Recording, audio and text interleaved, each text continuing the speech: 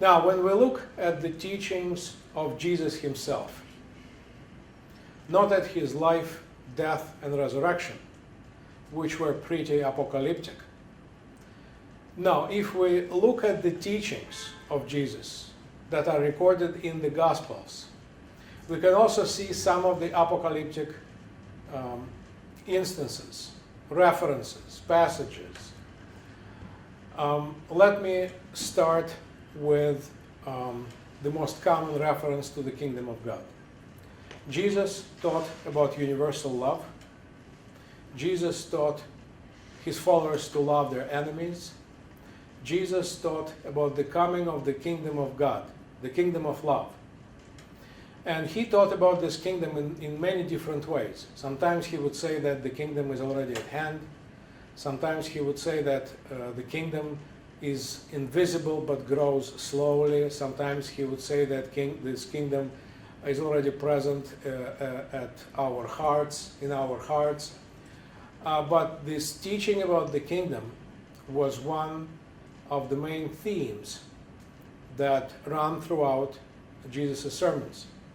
Now, the teaching about the kingdom even was included in Jesus' prayer, "Thy kingdom come, thy will be done on earth as it is in heaven." So the coming of the kingdom of God is one of the apocalyptic motives in the book of Revelation. And the coming of the kingdom of God is manifested in the New Jerusalem that is coming down from heaven. So that's number one. Also, if you look at some of the passages from the Gospels, you will see an explicit reference to the future apocalypse. And here I refer to the so-called little apocalypse of Jesus. Let me read to you some of the passages from the Gospel of Matthew, chapter 24, when Jesus' disciples asked him about what will happen during the end of the world. And Jesus explicitly, straightforwardly, is answering this question.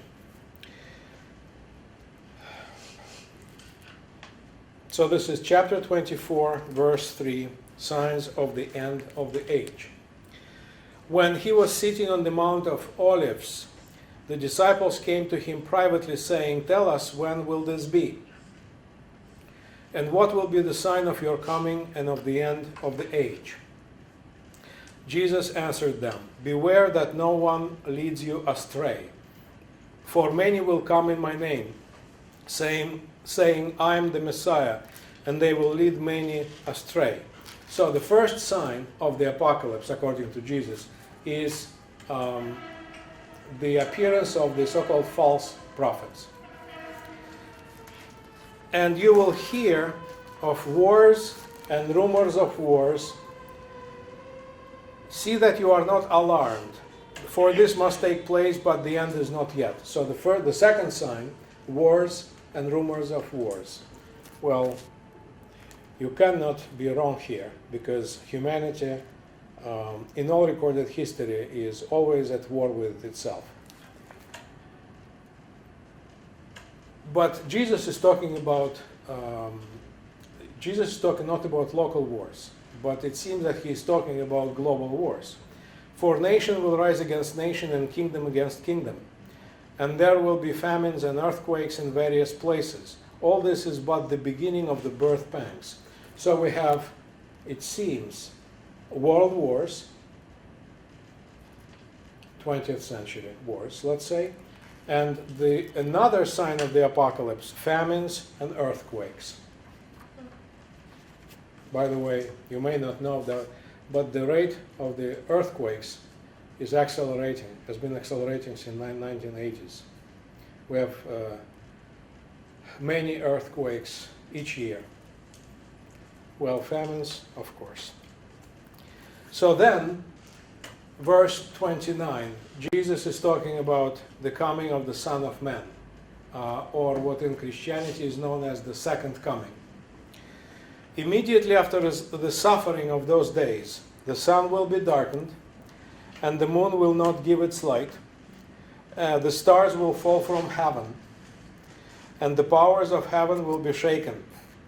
Then the sign of the Son of Man will appear in heaven, and then all the tribes of the earth will mourn, and they will see the Son of Man coming on the clouds of heaven with power and great glory.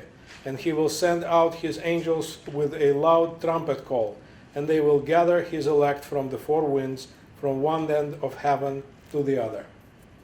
So great disasters. Well, it seems like natural disasters, but you may take those verses symbolically. And then Jesus is talking about the judgment. So he gives a basic structure of the apocalypse as we have it in the book of Revelation. So he talks about the judgment of the nations in the same chapter. He talks about the judgment of the nations in chapter 25, verse 31. When the Son of Man comes in his glory and all the angels with him, then he will sit on the throne of his glory. All the nations will be gathered before him, and he will separate people one from another, as a shepherd separates the sheep from the goats. And he will put the sheep at his right hand and the goats at the left.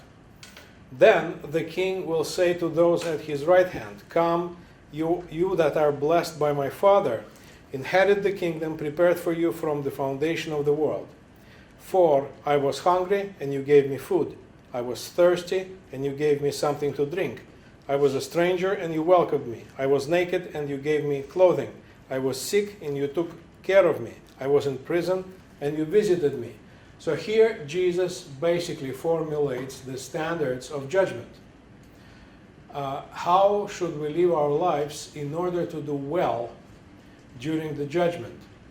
And it seems that the main standard of judgment is moral.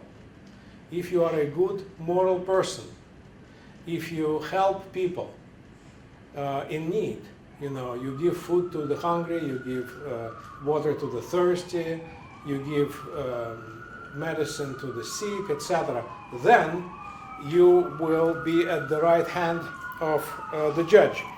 So then the righteous will answer him, "Lord," bless you. So then the righteous will answer him, "Lord, when was it we saw you hungry and gave you food, or thirsty and gave you something to drink? And when was it that we saw you a stranger and welcomed you, or naked and gave you clothing? And when was it that we saw you sick or in prison and visited you?" And the king will answer them, and here is the standard of judgment. "Truly I tell you, just as you did this to one of the least of these who are members of my family, you did it to me." So, in other words, if you help people, you will be okay during the apocalypse.